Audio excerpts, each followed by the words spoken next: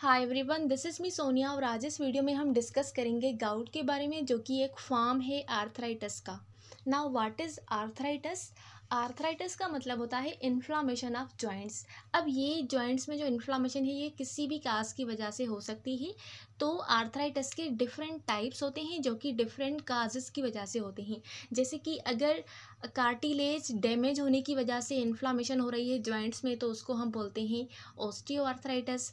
और दूसरी होती है इन्फ्लामेटरी, यानी जो ऑटो इम्यून की वजह से, ऑटो इम्यून रेस्पॉन्स की वजह से इन्फ्लामेशन होती है जॉइंट्स में तो उसको हम बोलते हैं रिमेटॉइड आर्थराइटिस। और ये जो इन्फ्लामेशन हो रही है जॉइंट्स में ये high level of uric acid की वजह से हो रही है, तो इसीलिए हम इसको बोलते हैं गाउट। ओके, गाउट हम किसको बोलते हैं? जब आर्थराइटिस हो जाए लेकिन वो यूरिक एसिड लेवल इंक्रीज होने की वजह से हो तो उसको हम बोलेंगे गाउट।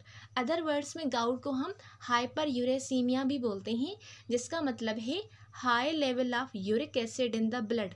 ब्लड में जब यूरिक एसिड की लेवल हाई हो जाती है तो वो क्या करती है? गाउट काज करती है, यानी इन्फ्लामेशन ऑफ जॉइंट काज करती है, जिसको हम आर्थराइटिस बोलते हैं। अब यूरिक एसिड्स के क्रिस्टल क्या करते हैं? जो क्रिस्टल्स होते हैं यूरिक एसिड्स के वो जाकर डिपॉजिट हो जाते हैं जॉइंट्स में। जब वो जॉइंट्स में डिपॉजिट हो जाते हैं तो वहाँ पर वो क्या करते हैं? इन्फ्लामेशन काज करते हैं। अब हमें पता है सारी चीज़ें जो है ना वो नॉर्मल चल रही होती है, लेकिन कोई दूसरी चीज़ आकर वहाँ पर इंटरफेयर करे तो वहाँ पर मसला बन जाता है। जो जैसे कि यूरिक एसिड की असल जगह जॉइंट्स में नहीं है, ठीक है। उसको बाहर निकलना है बॉडी में, लेकिन किसी भी काज की वजह से वो बॉडी से बाहर नहीं निकल रही, तो वो क्या कर रही है? वो जाकर टांग अड़ा रही है किससे? जॉइंट्स से, यानी वो जॉइंट्स के अंदर जाकर बैठ रही है। तो जॉइंट्स के लिए मसला हो जाएगा, उसके लिए अपनी लिमिटेड स्पेस होती है, लेकिन उनकी स्पेस में आकर यूरिक एसिड रुक जाए तो वो क्या करेगा? मसला काज करेगा ना, जिसको हम क्या बोलते हैं? गाउट बोलते हैं, यानी इन्फ्लामेशन ऑफ जॉइंट्स काज करेगी। So now what is tophi? Tophi का मतलब है accumulation of sodium urate crystal. जब सोडियम यूरेट क्रिस्टल अक्यूमुलेट हो जाते हैं जॉइंट्स के अंदर तो उसको हम बोलते हैं टोफाई। अब ये क्रिस्टल्स जो हैं ये ट्वाइस में, हैंड्स में और उसके अलावा ईयर्स में भी ये क्या करते हैं? जाकर अक्यूमुलेट हो जाते हैं। तो इनको जब ये ज़्यादा अमाउंट में अक्यूमुलेट हो जाते हैं, वाइट कलर के होते हैं, तो इनको हम बोलते हैं टोफाई। और ये मोस्टली ज़्यादा कॉमनली ये टॉय की जो जॉइंट है वहाँ पर अक्यूमुलेट हो जाते हैं। तो टोफाई की टी से आप याद रख लें कि ये टॉय में ज़्यादा होते हैं। ओके, ये स्ट्रक्चर है टॉय का।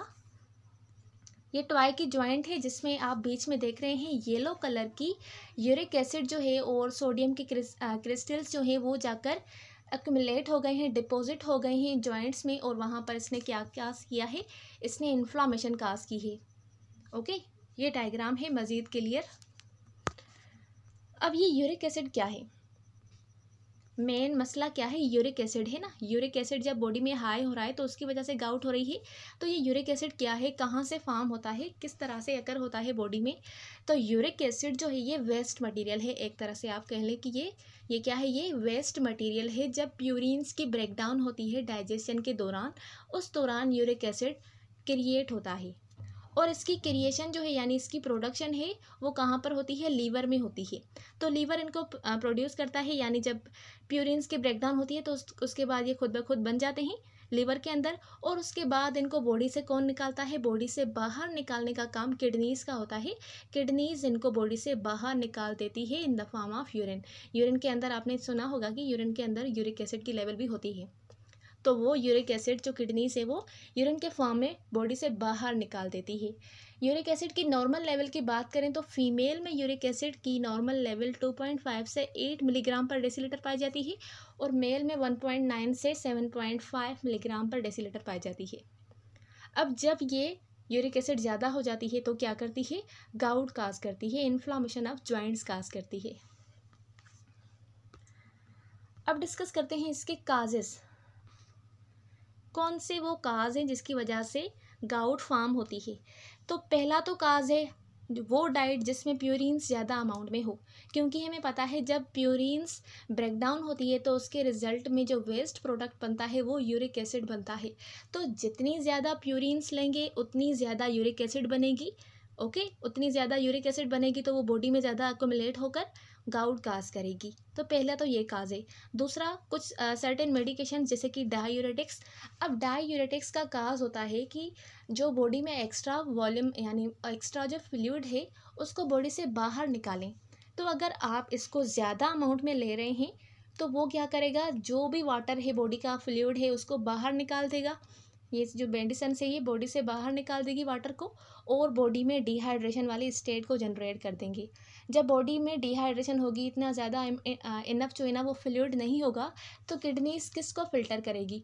एक तो बॉडी में यूरिक एसिड भी है, तो इतना ज़्यादा वाटर ही नहीं है यानी इतना ज़्यादा फ्लूइड ही नहीं है, तो किडनीज जो है वो कम ब्लड को फिल्टर करेगी और यूरिक एसिड भी बॉडी से कम निकलेगा। दूसरी मेडिकेशन जैसे कि एस्पायरिन और साइक्लोस्पोरिन, ये दो मेडिसिन्स भी यूरिक एसिड की लेवल को इंक्रीज करती है बॉडी में। देन है disorder of purine metabolism. Purine के मेटाबॉलिज्म में अगर डिसऑर्डर हो जाए यानी किसी भी काज की वजह से जो प्यूरिन की मेटाबॉलिज्म है वो ज़्यादा रेट में हो रही है, तो जितनी ज़्यादा रेट में मेटाबॉलिज्म होगी उतने ज़्यादा अमाउंट में यूरिक एसिड बनेगा ना, तो वो ज़्यादा यूरिक एसिड क्या करेगा, गाउट करेगा। उसके अलावा है किडनी प्रॉब्लम। अब ये प्रॉब्लम मस्ट है। क्यों मस्ट है? क्योंकि गाउट जो यूरिक एसिड है, यूरिक एसिड को बॉडी से बाहर किडनीज निकालती है, लेकिन अगर किडनीज में ही प्रॉब्लम हो जाए तो यूरिक एसिड को कौन बाहर निकालेगा। तो इसके रिजल्ट में क्या होगा, इनएडिक्वेट एक्सक्रिएशन होगी यूरिक एसिड की किडनीज से, जिसकी वजह से बॉडी में यूरिक एसिड ज़्यादा हो जाएगी, और जब वो ज़्यादा हो जाएगी तो वो क्या करेगी, वो जॉइंट्स में जाकर डिपॉजिट होकर गाउट करेगी यानी इन्फ्लामेशन करेगी जॉइंट्स की। तो ये तो हो गए काजेज़। अब डिस्कस करते हैं इसके साइन और सिम्टम्स कि गाउट वाले पेशेंट में आपको कौन सी क्लिनिकल प्रेजेंटेशंस मिल सकती है। तो गाउट एक्यूट भी हो सकता है, क्रोनिक भी हो सकता है, यानी थोड़े टाइम के लिए जो होता है उसको एक्यूट बोलते हैं, और ज़्यादा टाइम के लिए हम जो यानी गाउट होता है उसको हम क्रोनिक बोलते हैं। पहला तो है जो आर्थराइटिस है वो एक्यूट और गाउटी आर्थराइटिस होगी। उसके अलावा क्योंकि जो इन्फ्लामेशन हो रही है वो गाउट की वजह से यानी high level of uric acid की वजह से हो रही है ना, तो आपको एक्यूट गाउटी आर्थराइटिस मिलेगी। उसके अलावा पेन होगा, लेकिन पेन बहुत ज़्यादा होगा, सिवियर पेन होगा। जहाँ पर आर्थराइटिस होगी ना, जैसे कि टॉय में यूरिक एसिड ज़्यादा हो गई है और उसकी वजह से वहाँ पर इन्फ्लामेशन हुई है, तो टॉय के ऊपर कोई टच भी करेगा ना तो उसको बहुत पेन होगा। ठीक है, तो पेन बहुत सीवियर होगा, वो कुछ भी बर्दाश्त नहीं कर पाएगा उसके अपने ऊपर। उसके अलावा उस एरिया में स्वेलिंग होगी और उस एरिया में वार्मथ होगी यानी गर्म होगी वो एरिया जहाँ पर इन्फ्लामेशन हो रखी है। और बोन डिफॉर्मिटी हो सकती है, क्योंकि जॉइंट में इन्फ्लामेशन है तो लॉन्ग टर्म के लिए अगर चले क्रोनिक, तो वहाँ पर बोन जो है वो डिफॉर्मिटी उसमें हो सकती है, जॉइंट डैमेज हो सकते हैं, टोफाई ज़्यादा अमाउंट में एक्यूमुलेट हो सकते हैं, यानी जो सोडियम क्रिस्टल हैं, ये यूरेट क्रिस्टल्स हैं, ये ज़्यादा अमाउंट में जब एक्यूमुलेट होते हैं तो उनको हम टोफाई बोलते हैं। और रीनल कैल्कुलाई हो सकती है। रीनल कैल्कुलाई जब बॉडी में ज़्यादा यूरिक एसिड हो जाती है, ज़्यादा क्रिस्टल्स हो जाते हैं, तो बॉडी से बाहर नहीं निकल पाते। जब बॉडी से बाहर नहीं निकल पाते तो वो किडनीज़ में स्टोर हो जाते हैं, और किडनीज़ में स्टोर होकर वहाँ पे स्टोन बनाते हैं, तो स्टोन को हम बोलते हैं कैल्कुलाई। रीनल कैल्कुलाई यानी किडनीज़ में स्टोन बन जाते हैं। ओके, देन डिस्कस करते हैं इसकी एजुकेशन, यानी एज अ नर्स आप गाउट वाले पेशेंट को क्या एजुकेट करेंगी कि आप किस तरह से उसको प्रिवेंट कर सकती हैं। तो पहले तो हमने उनको एजुकेट करना है कि वो उन फूड को अवॉइड करें जिनमें ज़्यादा प्यूरिन्स हैं, जैसे कि ऑर्गन मीट्स जिसमें लीवर और किडनीज आ गए, रेड मीट आ गया, सी फूड और अल्कोहल आ गया। अब ये अल्कोहल यानी बियर, ये क्या करता है, जब कोई बंदा जो है ना वो अल्कोहल ले रहा है और उसकी बॉडी में यूरिक एसिड भी ज़्यादा है, तो जब बात आती है एक्सक्रिएशन की तो उस दौरान जो अल्कोहल होता है वो खुद निकल जाता है और यूरिक एसिड को पीछे छोड़ देता है, यानी इन दोनों के बीच में कंपटीशन होता है। अल्कोहल क्या करता है, कंपीट करता है यूरिक एसिड से, यानी उसको बॉडी के अंदर रखता है और ख़ुद बॉडी से बाहर निकल जाता है, तो इस वजह से यूरिक एसिड हाई हो जाती है। उसके अलावा मेडिकेशन जैसे कि एस्पिरिन हो गई, अल्कोहल और डिहाइड्रेशन ना रहे बंदा, तो इन सारी चीज़ों को अवॉइड करने के लिए हमने उस पेशेंट को एजुकेट करना है एज अ नर्स।